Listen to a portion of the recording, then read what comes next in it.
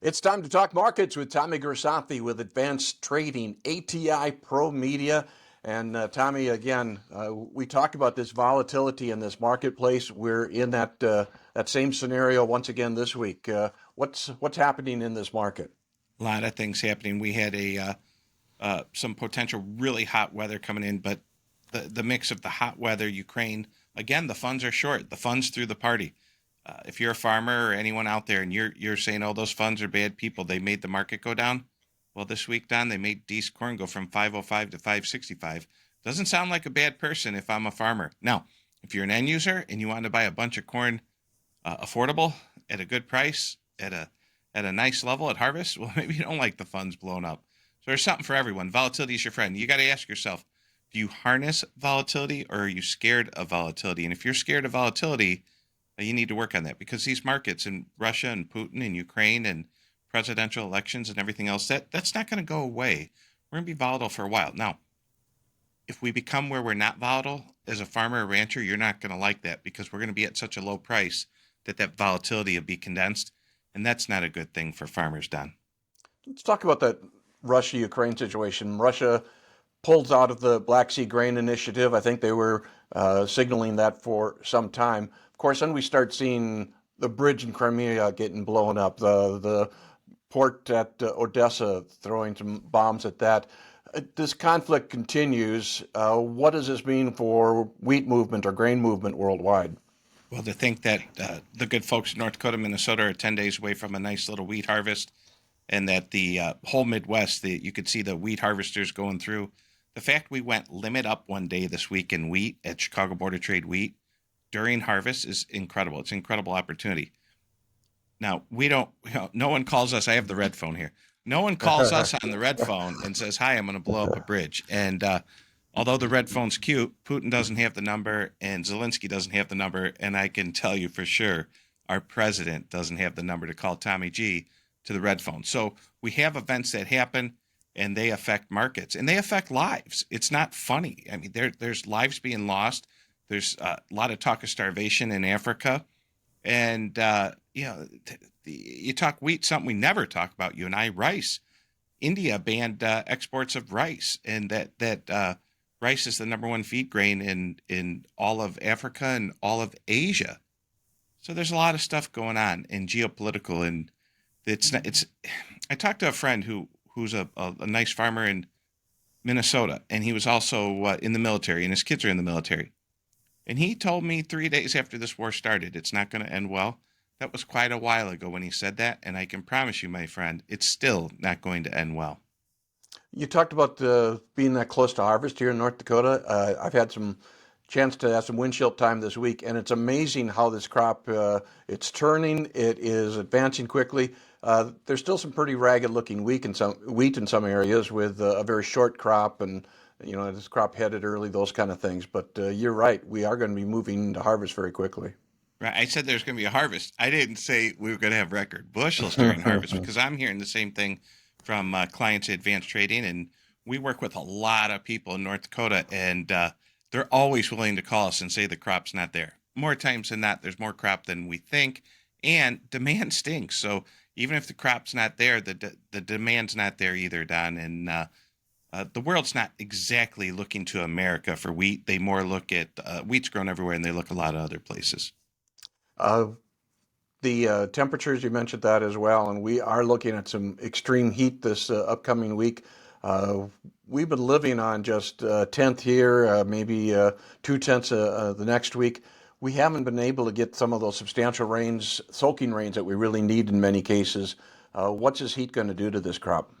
Well, I watch the radars at night. I have a little more time. It's quiet at night, and there's pop-up showers everywhere. There's a shower that went over Carrington. There's a shower that went over. I call one client 10 miles this way of Carrington. He got nothing. I talked to a client in Carrington. He's like, this is awesome. So it's not like these weather systems are coming over and the whole Midwest gets a shower. I was driving up from Kentucky this week. It rained so hard right as I came through downtown Indianapolis that traffic on I-65 completely stopped. It rained that hard, and we had a flash flood. So you're seeing pop-up showers everywhere. There's enough moisture out there to say this isn't 2012. We didn't ruin it all. But It's going to be interesting. I look real forward to our friend Chip Flory, uh, that crop tour and other private crop tours going out there. Maybe you and I could even jump in the old Subaru and go look at some crops here in Illinois and Iowa. It's going to be real interesting. If you talk to a farmer who doesn't have enough sold, they're going to tell you it didn't pollinate well and the market should be higher. If you talk to a farmer who has decent yield and is pretty well hedged up and sold up, he's going to say, yeah, I got a decent crop. I have more clients that have a good crop than a bad crop. But if you're out there, you can comment down below in the comments and say, it's all dead. I live in this part of here. If you drive across America, Don, which you and I have done so many times, or fly across America, it's a big place. We understand it's not going to be perfect everywhere. We also understand it's not going to be dead everywhere. So I have backyarditis. I've said that consistently the last few weeks. Things look good, but we have 6 more weeks of intense weather, and that will very much affect the soybean market and how corn fills and finishes up. So I look forward to people giving us an update themselves, just like you and I like to give updates. The Wheat Quality Council, by the way, has their spring wheat tour coming up next week in North Dakota, and they'll spill into Minnesota and Montana and South Dakota as well. So we'll be seeing numbers beginning Tuesday next week on the wheat side of things. It'll start to I show look up forward to anyway. I'm that. sure the market will watch that as well. I've had some road miles. In many cases, I got to say, this corn crop across Minnesota, where I've been primarily, looks beautiful. There's some spotty areas where it's been too dry and the corn is fried up, but there's a lot of areas where we've got a beautiful looking crop sitting out there as far as corn, and soybeans look really nice as well at this point. That's good to hear because you know what, Don? What business am I in? You're in the bushel business. I love it. I love it. Let's keep educating people. Hey, speaking of education, I hear you have an update on the Farm Bill. Just had a lot of chance the past week or two to be talking to some of the folks in the know. And of course, the current Farm Bill expires at the end of September. There's been a lot of activity in Congress where they're having listening sessions and taking input, but not a lot of legislating at this point. So we're hearing more and more talk that we may be looking at an extension. So it might be a short-term extension, get us to the end of the year. It might be a year extension, and that's not unheard of. Seen that many times before when we've gone through this Farm Bill process. There will be a Farm Bill hearing at Farm Fest coming up in a couple weeks down in Redwood County in Minnesota. So the House Ag Committee will be there. At least some members of the Ag Committee. The chairman will be there, G.T. Thompson and others. So watch out for that. That'll be interesting to see where we're playing there. I look forward to getting a report back on that.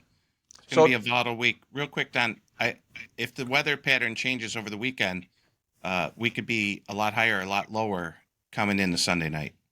yeah, we should need to watch this. If folks have any questions or want to get a hold of you, Tommy, what do they have to do? Give us a call, 1-800-664-4383. Leave a comment down below, and I'll flip it back to you.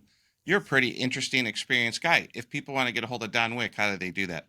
Yeah, you can track us down on our online at rrfn.com. You got all our contact information there. And by the way, we publish an email newsletter. A lot of news in there, good information. It comes out every Monday. Drop me a note, and we'll be happy to add you onto that distribution list. Well, I'm sure, and I know for a fact, all kidding aside, that the great folks in the Northern Plains appreciate you. But we're going to introduce you to a lot more people in the Midwest here as we keep doing these little hits and little education pieces. Don, it's always fun to work with you, and Advanced Trading really appreciates you and all the good folks at the Red River Farm Network and what you do. And let's keep educating folks. You bet. Thank you. Tommy Grisafi, Advanced Trading, ATI, ProMedia.